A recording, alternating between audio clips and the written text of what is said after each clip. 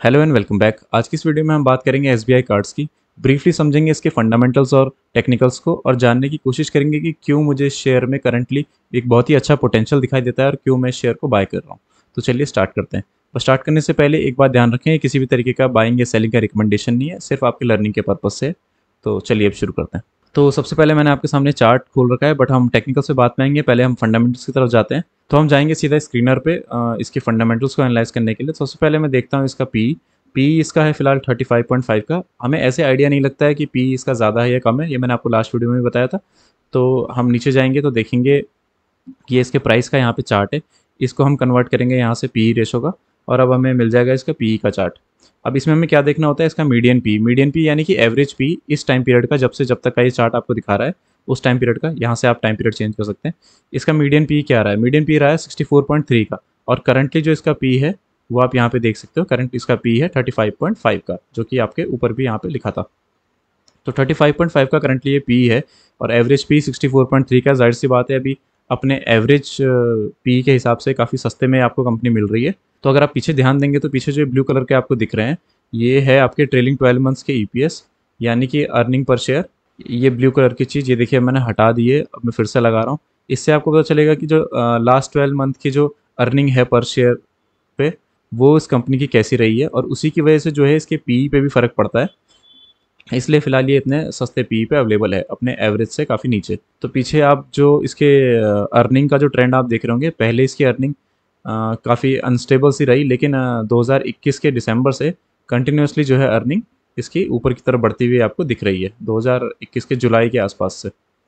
आप पीछे चार्ट देख सकते, तो ये भी आपको ब्रीफली एक आइडिया दे देता है कि कंपनी किस डायरेक्शन में अभी है। नीचे पीयर कंपैरिजन है, इससे आप कंपनी का पीयर ग्रुप्स के साथ जो कंपैरिजन है वो देख सकते हैं और आइडिया लगा सकते हैं चीज़ों के बारे में। पी जो था इंपॉर्टेंट था, वो मैंने आपको बता दिया है, जो इस कंपनी को लेकर अभी काफ़ी पॉजिटिव था। तो हम आ जाते हैं इसके क्वार्टरली रिजल्ट्स पे। अब क्वार्टरली रिजल्ट्स में आप देखेंगे कि जैसा कि यहाँ पे ऊपर मैंने आपको बताया था इसमें, कि पहले ये जुलाई 2021 तक काफ़ी अनस्टेबल सा इसका अर्निंग पर शेयर था, लेकिन उसके बाद से कंसिस्टेंटली बढ़ा है। वैसा ही कुछ हमें यहाँ क्वार्टरली रिजल्ट्स में भी देखने को मिल रहा है। देखिए मार्च 2021 में इसका थोड़ा सा जो है रेवेन्यू गिरा था, लेकिन उसके बाद से ये कंटिन्यूसली जो है अच्छी तेज़ी से बढ़ ही रहा है। देखिए 2319 के बाद 2362, 2579, 2889, ऐसे ऐसे करके कंटिन्यूसली जो है इसका अभी 3762 जो है रेवेन्यू बढ़ाई है। अगर आप लास्ट दो इसके मार्च टू मार्च कंपैरिजन देखेंगे तो काफ़ी अच्छी ग्रोथ कंपनी ने दिखाई है। और सिर्फ क्वार्टर ऑन क्वार्टर ही नहीं, बल्कि आप अगर लास्ट क्वार्टर से भी कंपेयर करेंगे तो ये कंसिस्टेंटली पिछले कुछ क्वार्टर से कंपनी सिर्फ ग्रोथ दिखा रही है, वो भी अच्छे मार्जिन से। अब आ जाते हैं इसके प्रॉफिट एंड लॉस पे। इसमें आप अगर देखेंगे तो 2013 में इसका रेवेन्यू सिर्फ 1000 करोड़ का था, पूरा 2013 का। बट करंटली वो रेवेन्यू बढ़ के जो है 13,000 करोड़, 13,670 करोड़ का हो चुका है। इसी से आपको पता चलता है कि कंपनी कहाँ से स्टार्ट होके कहाँ तक अभी पहुँच चुकी है, मतलब कितनी अच्छी ग्रोथ इस कंपनी ने इतने सालों में दिखाई है। और ये ग्रोथ इसकी काफ़ी कंसिस्टेंट रही है, 1000 से 1400, 14 से 18। आप ग्रोथ में जो है ईयरली ग्रोथ में इसकी कंसिस्टेंसी आप देख सकते हैं, 7000, 9000, 9300। ये यहाँ पे 20 से 21 में इनका थोड़ा सा जो है ग्रोथ उतनी तेज़ी से नहीं हुई, लेकिन उसके बाद से दोबारा इन्होंने 10,000 फिर 13,000, काफ़ी अच्छी ग्रोथ से कंपनी बढ़ी है कंसिस्टेंटली। और इसका फाइनेंसिंग प्रॉफिट भी आप देखोगे तो 85 करोड़ से करंटली अभी कंपनी 2580 करोड़ पे, जो कि बहुत ज़्यादा गैप होता है इतने सालों में। यानी कि आप खुद कैलकुलेट करके देखिए कितना गुना इन्होंने अपने प्रॉफिट को बढ़ाया है 2013 से अभी तक। प्रॉफिट बिफोर टैक्स उसमें भी सेम कंडीशन है। ये मैं आपका टाइम यहाँ पे नहीं वेस्ट करूँगा, ये आप खुद अपने एंड पे भी देख सकते हैं कि कंसिस्टेंटली कंपनी कितने अच्छे प्रॉफिट्स पोस्ट कर रही है, कितने अच्छे उसके रिवेन्यू हैं।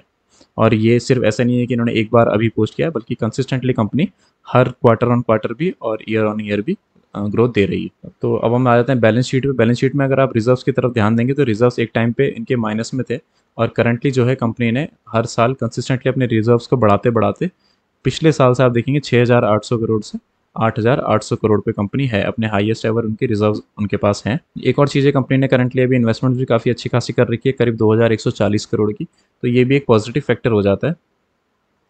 और अब हम आते हैं कैश फ्लो। मैंने आपको बताया हम देखते नहीं हैं, रेशोज़ भी नहीं। अब हम आ जाते हैं शेयर होल्डिंग पैटर्न पे।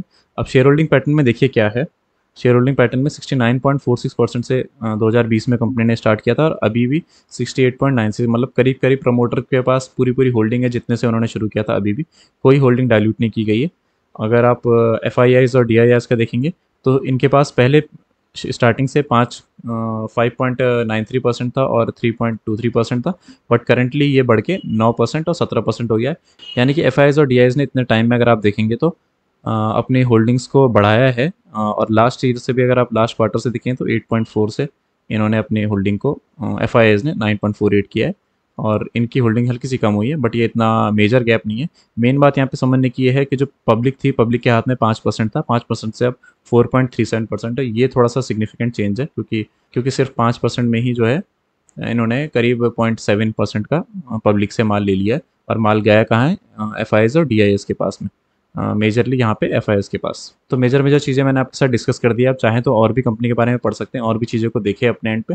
लेकिन यहाँ पे मुझे एक पॉइंट ये हाईलाइट करना था कि आप देखेंगे तो एफ और डी ने अपनी होल्डिंग्स कितनी बढ़ाई है कंपनी में, और पब्लिक की होल्डिंग्स जो है कंसिस्टेंटली 21% पे जो थी सितंबर 2020 में, वो अभी सिर्फ 4% पे रह गई है। यानी कि पब्लिक के हाथों से जो है, जो बड़े प्लेयर्स हैं एफ और डी हैं, इन्होंने माल परचेज़ किया। जाहिर सी बात है, जब वो इतना ज़्यादा परसेंटेज स्टेक किसी कंपनी में लेते हैं तो वो कोई भी फालतू कंपनी नहीं होती, वो डेफिनेटली कोई अच्छी कंपनी होगी। उन्होंने कुछ पोटेंशियल उसमें देखा होगा तभी उसमें लिया है। बट वो पोटेंशियल क्या आपको भी दिख रहा है या सिर्फ उनको? तो जाहिर सी बात है, जब आप इसकी बैलेंस शीट पे जाते हैं या फिर इसके प्रॉफिट एंड लॉस में जाते हैं तो आपको दिखेगा कि ये कितना कंसिस्टेंटली अपने रिवेन्यू को जो है ग्रो करता जा रहा है काफ़ी अच्छे मार्जिन से। और आप देखेंगे तो प्रॉफिट भी कंसिस्टेंटली कंपनी ने सिर्फ 85 करोड़ से स्टार्ट करके 2500 करोड़ तक पहुंचा दिया है। और पूरा जो इनका प्रॉफिट था, यानी कि अदर इनकम ऐड करके 136 करोड़ का करीब 3000 करोड़ पे इन्होंने पहुंचा दिया है। तो इससे आप ही को आइडिया तो खुद ही अच्छा लग रहा होगा। इसके लिए कोई ऐसे हार्डकोर मैथ्स की भी ज़रूरत नहीं है, ये बेसिक्स हैं जो आपको समझ में आ ही रहे होंगे कि कितने अच्छे से कंपनी ने इतने सालों में परफॉर्म किया है। और आज कंपनी जहाँ पे खड़ी है वो ऐसे कोई अचानक से कोई एक तुक्का उनका नहीं लगा है, बल्कि कंसिस्टेंटली कंपनी काफ़ी अच्छे से परफॉर्म कर रही है, जिससे हमें ये आइडिया लगता है कि आगे भी ये इतना ही कंसिस्टेंट अपना काम रखेगी और इतना ही कंसिस्टेंटली अच्छा परफॉर्म करेगी। और आपके इस डिसीजन को बैक करने के लिए आप यहाँ पे एफ और डी की होल्डिंग तो है ही, क्योंकि वो इसमें अपनी होल्डिंग बढ़ा रहे हैं। कुछ पॉइंट्स आप दिमाग में रखेंगे, वो है कि बड़े प्लेयर्स की एंट्री हो रही है इसमें एफ के। आप मैंने आपको देखा कि कंसिस्टेंटली वो अपना स्टेक बढ़ा रहे हैं, और जो रिटेल पब्लिक है उससे खरीद रहे हैं। और दूसरी चीज़ ये कि कंसिस्टेंटली कंपनी जो है अपने ईपीएस को बढ़ा रही है, अपना रिवेन्यू उसका बढ़ रहा है, प्रॉफिट उसका बढ़ रहा है कंसिस्टेंटली करीब 2021 के जुलाई से। यहाँ से आपको मैंने बता दिया। ठीक है, अब हम इसके अगर स्टॉक में अगर वो चीज़ देखें, क्या 2021 के जुलाई से स्टॉक भी उसी तरीके से परफॉर्म कर रहा है? तो अगर आप वो देखोगे तो 2021 के जुलाई में ये स्टॉक, देखिए 2021 के जुलाई में ये स्टॉक यहाँ पे था, और वहाँ से स्टॉक अभी करंटली थोड़ा नीचे ही है, ना कि ऊपर बढ़ा है। तो यहाँ से साफ साफ समझ आता है कि कुछ ऐसा है जिसकी वजह से भी ये स्टॉक बढ़ नहीं रहा है। अब वो कुछ क्या है इस स्टॉक का ख़राब होना? तो ऐसा बिल्कुल भी नहीं है, स्टॉक काफ़ी अच्छा है। वो मैंने आपको फंडामेंटल्स में दिखा दिया है। आप अपने एंड पे भी रिसर्च करेंगे तो आपको एक भी ऐसा रीज़न नहीं मिलेगा कि आपको लगे कि ये स्टॉक बेकार है या ऐसा कुछ। कंसिस्टेंटली स्टॉक इतने अच्छे से परफॉर्म कर रहा है, बट फिर भी शेयर प्राइस नहीं परफॉर्म कर रहा है। तो ऐसे स्टॉक जो होते हैं, जो काफ़ी टाइम से शेयर प्राइस उसी रेंज में अटका है, बट स्टॉक की जो परफॉर्मेंस है वो काफ़ी बढ़िया है फंडामेंटली, तो ऐसे स्टॉक जो होते हैं, देखिए इस कंसोलिडेशन के बाद कब ये तेज़ी से एक रैली पकड़ लें ये पता नहीं होता किसी को, बट ये डेफिनेट होता है जिस तेज़ी से वो स्टॉक के फंडामेंटल्स ग्रो हो रहे हैं उसी तेज़ी से अब स्टॉक ग्रो होगा। मे बी वो थोड़ा टाइम ले सकता है, जैसे यहाँ से यहाँ तक इसने करीब 2 साल ले लिए और अभी तक ये स्टॉक मूव नहीं किया, बट अब किसी भी वक्त ये स्टॉक अच्छी रैली भी पकड़ सकता है। और अगर आप एक लंबी रैली के लिए नहीं भी रुकना चाहते तो फिलहाल शॉर्टर ड्यूरेशन के लिए भी इसमें अच्छे खासे टारगेट्स हैं। वो हम कैसे फाइंड आउट करेंगे, कैसे किस तरीके से इसमें हम एंट्री लेंगे, वो मैं आपके साथ अब डिस्कस करूँगा। पहले हम इसमें जो है कुछ मेजर सपोर्ट और रेजिस्टेंस ड्रॉ कर लेते हैं। तो मेजर सपोर्ट मुझे जो दिख रहा है, अगर आपको भी यहाँ दिख रहा होगा, धीरे धीरे आप सीखते रहोगे तो आपको भी बहुत ईजी हो जाएगा देखना। तो मेजर जो मुझे यहाँ पे सपोर्ट लग रहा है वो यहाँ पे लग रहा है 716 के आसपास। अब इसमें एक चीज़ अगर आप देखेंगे तो देखिए ये इसका एक सपोर्ट था, यहाँ पे स्टॉक आके बाउंस बैक कर दिया, फिर दोबारा यहाँ से आके स्टॉक ने बाउंस बैक किया। अब तीसरी बार जो है ये आप देखेंगे तो इसने इस सपोर्ट को तोड़ दिया और यहाँ से फिर ये बाउंस बैक किया। अब ये जो चीज़ है, जिन भी लोगों लोगों ने मेरी ये वाली चीज़, जिन भी लोगों ने मेरी वो वीडियो देखी होगी स्टॉप लॉस हंटिंग वाली, वो समझते होंगे कि जब ऐसी कोई चीज़ हो रही है तो क्या हो रहा होता है मार्केट में। और अभी मैंने आपको इसके शेयर होल्डिंग पैटर्न में भी आपको दिखाया है कि इसके शेयर होल्डिंग में भी जो बड़े प्लेयर्स हैं उनका स्टेक जो है बढ़ रहा है और पब्लिक से माल लिया जा रहा है। तो ऐसी चीज़ मैंने आपके साथ लास्ट वीडियो में भी एक्सप्लेन करी थी। एक बार उस वीडियो को आप अच्छे से देख लें तो आप बेटर तरीके से इसको समझ जाएंगे। उसका मैं आई बटन पे लिंक दे दूंगा, उस वीडियो को आप देख लें। स्टॉप लॉस हंटिंग उसका टाइटल है। तो ये हमने लगाया पहला सपोर्ट। अब हम क्या करेंगे, अब हम देखेंगे और कोई सपोर्ट अगर इसमें मुझे दिख रहा है तो एक यहाँ पे भी मुझे देखिए कंटिन्यूसली स्टॉक काफ़ी बार इस रेंज से बाउंस हुआ है और ये देखिए यहाँ पे भी वो दिखा रहा है। तो यहाँ पे भी एक रेजिस्टेंस कह लो या सपोर्ट कह लो, ये मुझे दिखता है। और एक इसका जो टॉप इस स्टॉक ने बनाया था, ये टॉप तो इसका है ही, इसका रेजिस्टेंस फाइनल रेजिस्टेंस फिलहाल के लिए अगर आप शॉर्टर ड्यूरेशन के लिए इसमें ट्रेड करना चाहते हैं तो यहाँ तक का तो इसका रेजिस्टेंस है, यहाँ तक जाने की इसकी पूरी पूरी पॉसिबिलिटी है कि यहाँ तक बहुत ईजिली ये स्टॉक पहुँच जाएगा। और अगर ये यहाँ तक भी पहुँच जाता है करंट प्राइस से तो इसका करंटली 34% के आसपास का इसका गेन है।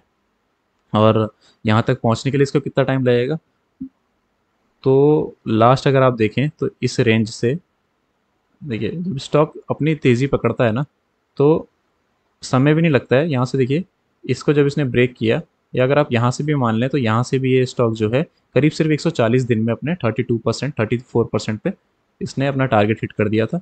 और वैसा ही यहाँ से भी, तो अगर मैं आपको बताऊँ मैक्स टू मैक्स भी, तो हो सकता है कि ये स्टॉक यहाँ से गिर जाए। अगर मान के चलते हैं ये स्टॉक यहाँ से गिर जाता है और ये नीचे वाले अपने सपोर्ट पे आ जाता है, तो आपको क्या लगता है एक इतनी अच्छी फंडामेंटली इतनी अच्छी कंपनी अगर इतने स्ट्रॉन्ग सपोर्ट पे वापस आके यहाँ पे कहीं गिर जाती है तो आपको क्या करना चाहिए वहाँ? जाहिर सी बात है अगर आपने एंट्री ले भी रखी है तो आपको पैनिक नहीं करना होगा। आपने अगर ये नीचे यहाँ से गिर भी जाता है, यहाँ से अगर ये स्टॉक नीचे की भी गिर जाता है तो यहाँ पे फिर से मैं इसमें एंट्री ले लूँगा, क्योंकि यही मैंने लास्ट टाइम किया था। ये स्टॉक यहाँ पे गिर गया था अपने सपोर्ट पे, जो ये सपोर्ट मैंने आपके साथ शेयर किया। एक मिनट, ये यहाँ पे जो सपोर्ट इसका बन रहा था, यहाँ पे मैंने इसका दोबारा से यहाँ पे एक बार सपोर्ट बना था तो मेरी नज़र इस स्टॉक पे पड़ी तो मैंने यहाँ पे इसमें एंट्री ले ली थी इस वाले मार्कर पे और यहाँ पे एग्जिट ले ली थी। तो अच्छा सा गेन मैं इसमें ऑलरेडी बना चुका था स्टॉक में, बट अब मुझे फिर से लगता है कि ये स्टॉक अच्छा पोटेंशियल के लिए रेडी है, तो मैं फिर से एक एंट्री इसमें यहाँ पे लेने वाला हूँ। यहाँ पे मैंने करीब बनाया था 25% का गेन और करंटली ये स्टॉक जो है मैं इसमें मंडे में यहाँ पे एंट्री ले लूँगा इस पॉइंट पे, क्योंकि मुझे लगता है कि यहाँ से ये स्टॉक रैली पकड़ने वाला है और 34% के आसपास से आपको गेन दे देगा। बाय चांस अगर मान के चलिए कि ओवरऑल मार्केट सिनेरियो ऐसा नहीं रहता और यार अपनी रैली नहीं कंटिन्यू करता है तो ये स्टॉक यहाँ से गिरेगा। फंडामेंटली इतनी अच्छी कंपनी है, अगर ये यहाँ पे मुझे अवेलेबल हो जाती है तो जितने का मैं यहाँ बाय करूँगा उससे डबल का तो मैं इस पॉइंट पे इसको बाय कर लूँगा। और इस पॉइंट पे बाय करके अगर मैं देखूँगा कि कितने का मुझे यहाँ से गेन दिखता है, एक मिनट, यहाँ आपको बेटर दिख जाएगा। तो इस पॉइंट से अगर मैं देखूँ तो करीब 60% का यहाँ से बहुत ही ईजी सा गेन है।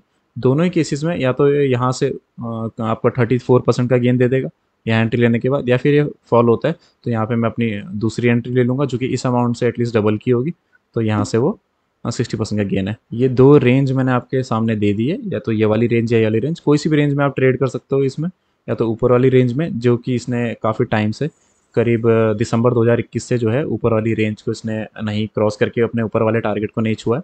तो इस बार मुझे लगता है इस बार वही चांस है, क्योंकि दो बार ऑलरेडी ये ऊपर वाली जो इसकी मिड वाली ये रेंज है इसको ब्रेक कर चुका है और तीसरी बार मुझे लगता है अब ये अपने टारगेट पे पहुंच जाएगा। नहीं भी पहुंचा तो एक बेटर अपॉर्चुनिटी आपके पास होगी यहाँ। तो ये था SBI कार्ड्स पे मेरा एनालिसिस, क्योंकि जेन्युइनली मुझे शेयर काफ़ी अच्छा फिलहाल दिखाई पड़ता है, इसलिए मैंने इसके ऊपर वीडियो बनाना ज़रूरी समझा। और मैं ऐसे किसी भी शेयर के ऊपर वीडियो नहीं बनाता हूँ जो कि मैं खुद अपने पोर्टफोलियो में नहीं ऐड कर रहा हूँ। तो ये मैं मंडे को अपने पोर्टफोलियो में ऐड करने वाला हूँ।